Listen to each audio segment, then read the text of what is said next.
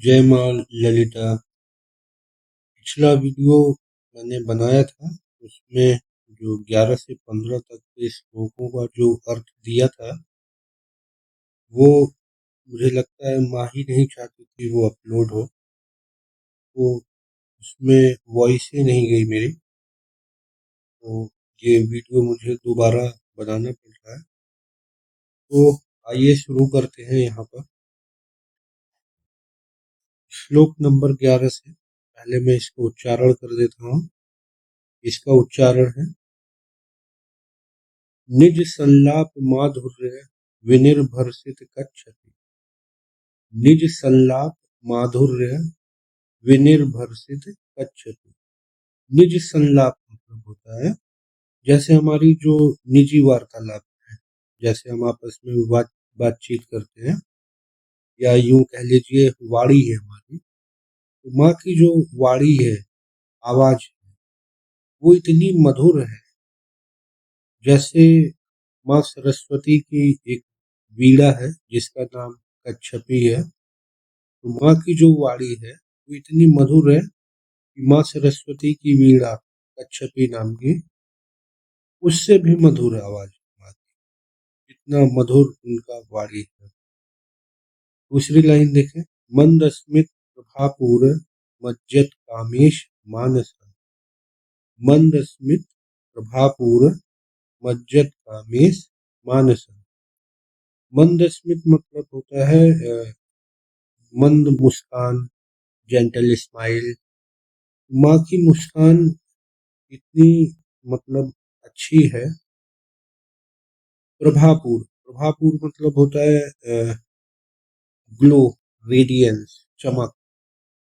तो माँ की जो मुस्कान है, उसकी जो चमक है, मतलब इतनी अच्छी मुस्कान है जो कामेश, कामेश मतलब भगवान शिव के लिए है, जो उनके पति हैं, वो कामेश के मन में मज्जत मतलब समाहित हो गई। मतलब माँ की जो मुस्कान इतनी मतलब अच्छी है, और उसकी आभा से, उनकी मुस्कान की आभा से जो प्रभु शिव के मन में एकदम समाहित हो गई, ये कह लीजिए। ठीक है, तो माँ की जो स्माइल है, उसकी आभा प्रभु शिव के मन में एकदम समाहित हो गई, इमर्स हो गई है। ठीक है, ये श्लोक नंबर 11 का अर्थ था। 12 में देखें हम, अनाकलित सादृश्य चिबुक श्री विराजिता। अनाकलित सादृश्य चिबुक श्री विराजिता मतलब माँ की जो ठुड्डी है, जो दाढ़ी वाला पोर्शन होता है पुरुषों में, तो माँ की जो ठुड्डी है वो इतनी सुंदर है जिसकी उसकी किसी से कल्पना नहीं की जा सकती, मतलब अकल्पनीय कह लीजिए। तो माँ की जो ठुड्डी है, चिन बोले, माँ की जो ठुड्डी है वो अतुलनीय है, मतलब इतनी सुंदर है, उसकी किसी से तुलना ही नहीं हो सकती। इसमें नेक्स्ट लाइन है, कामेश बद्ध मांगल्य सूत्र शोभित कंधर। कामेश बद्ध मांगल्य सूत्र शोभित कंधरा। माँ के गले में एक मांगल्य सूत्र, या हम कह लें मंगल सूत्र, सुशोभित। वो मतलब माँ, ये बताया गया है इसमें कि माँ के गले में एक मंगल सूत्र सुशोभित है, जो कि बताता है वो प्रभु शिव से उनका बाउंडिंग है या विवाह हुआ है, जो ये बताता है। तो माँ के गले में जो मंगल सूत्र है, वो बताता है कि उनका भगवान शिव से विवाह हुआ है। नेक्स्ट है 13, कनकांगद केयूर कमनीय भुजान्विता। कनकांगद केयूर कमनीय भुजान्विता। माँ के जो बाजूबंद है, जो भुजाओं पे बाजूबंद होते हैं, वो कनक, कनक मतलब सोना होता है। तो सुनहरे रंग के बाजूबंद से उनकी भुजाएं सुशोभित हो रही है। माँ की जो बाजूबंद है भुजाओं पर, वो सुनहरे रंग की है, ठीक है, उससे वो सुशोभित है। रत्न ग्रैवेय चिंतात लोल मुक्ता फलान्विता। रत्न ग्रैवेय चिंतात लोल मुक्ता फलान्विता। रत्न ग्रैवेय मतलब माँ के गले में रत्नों से जड़ित एक वो माला कह लीजिए, सुशोभित है, रत्नों से जड़ित नेकलेस, हार सुशोभित है, जिसका जो लॉकेट है वो मड़ियों से बना है, जैसे एक चिंतामणि होती है। तो पहले माँ के गले में एक रत्न जड़ित हार सुशोभित है, जिसका लॉकेट, जो उसका लॉकेट है वो मड़ियों से बना हुआ है, सुशोभित है वो माँ के गले में। तो ये 13 श्लोक का अर्थ है। नेक्स्ट है अपना कामेश्वर प्रेम रत्न मणि प्रतिपड़स्तनी। कामेश्वर प्रेम रत्न मणि प्रतिपड़स्तनी, इसका मतलब है माँ ने अपने स्तनों को भगवान शिव को सौंप दिया है। किसके बदले में? जो भगवान शिव का जो प्रेम है माँ से, उसके बदले में प्रतिपड़स्तनी, प्रति मतलब रिटर्न गिफ्ट कह लीजिए। तो जो भगवान शिव जो माँ से इतना प्रेम करते हैं, उसके बदले में माँ ने अपने स्तनों को उनको सौंप दिया है।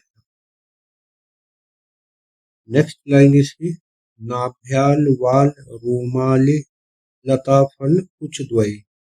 नाभ्याल वाल रोमाली लता फल कुछ द्वयी, इसका मतलब है जो ये स्तन है वो इस तरीके से सुशोभित हो रहे हैं जैसे नाभि के ऊपर जो बाल होते हैं और रोए कह लीजिए, रोम छोटे छोटे से, ऐसा लगता है वो नाभि से वो एक लता निकल रही है, लता ऊपर की तरफ।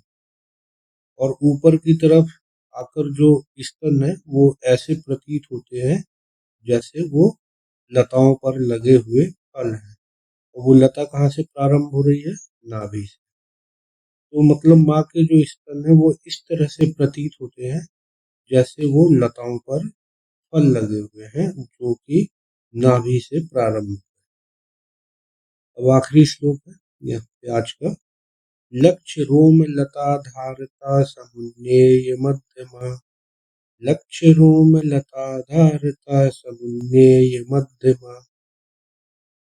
लक्ष्य रोम लता धारता समुन्नेय मध्यमा, मतलब इसका मतलब हुआ माँ की जो कमर है, मध्यमा, मध्य में, शरीर के मध्य में कमर है जो, वो इतनी पतली है कि उसका आभास ही नहीं होता है। माँ की जो कमर है वो इतनी मतलब पतली है, उसका आभास नहीं होता। उसका आभास कैसे होता है? लक्ष्य रोम मतलब जो वो रोए नाभि से निकले थे, लक्ष्य मतलब लाखों, रोम मतलब छोटे छोटे बाल हैं, वो ऐसा प्रतीत होता है कि वो लता के समान, जो कि नाभि से प्रारंभ होता है, उससे माँ की कमर का आभास होता है। वो इतनी पतली है कि वो एकदम समझिए ऐसे देखने पे लगेगा ही नहीं वो कमर है। उनका आभास उन्हीं लताओं से, लताएं रूपी जो बाल रूपी जो लताएं हैं, उससे उसका आभास होता है। स्तन भार दलन मध्य पट्ट बंध वलित्रया। स्तन भार दलन मध्य पट्ट बंध वलित्रया, माँ के जो स्तन है उनके भार से, उनके मध्य मतलब पेट में, दलन मध्य, पट्ट बंध मतलब बेल्ट, मतलब स्तनों के भार से जो पेट पर ऐसा लग रहा है, वलित्रया मतलब 3 पट्टियां बन गई हैं। जैसे बैठने पर पेट मुड़ जाता है, तो वो से ही माँ का स्तनों के भार से वो पेट में बेल्ट रूपी पट्टी बन गई है। और वो भी कितनी है? 3 है, त्रया। तो 3 पट्टियां बनी हुई हैं पेट की। ठीक है, तो लास्ट लाइन को एक बार और बता दे रहा हूँ। स्तन भार, स्तनों के भार से माँ के पेट पर 3 पट्टियां बेल्ट की तरह बन गई हैं। पूरे यानी पूरे पेट पर है 3 लाइन। ठीक है, तो ये था 11 से लेकर 15 तक श्लोक का अर्थ। तो मिलते हैं फिर हम अगली वीडियो में 16 श्लोक से 20 तक के लिए। तब तक के लिए नमस्कार। जय माँ ललिताम्बिका। हाँ, कोई अगर कुछ पूछना है या कोई दिक्कत है तो कमेंट सेक्शन में पूछ। चलते हैं। जय माँ ललिताम्बिका।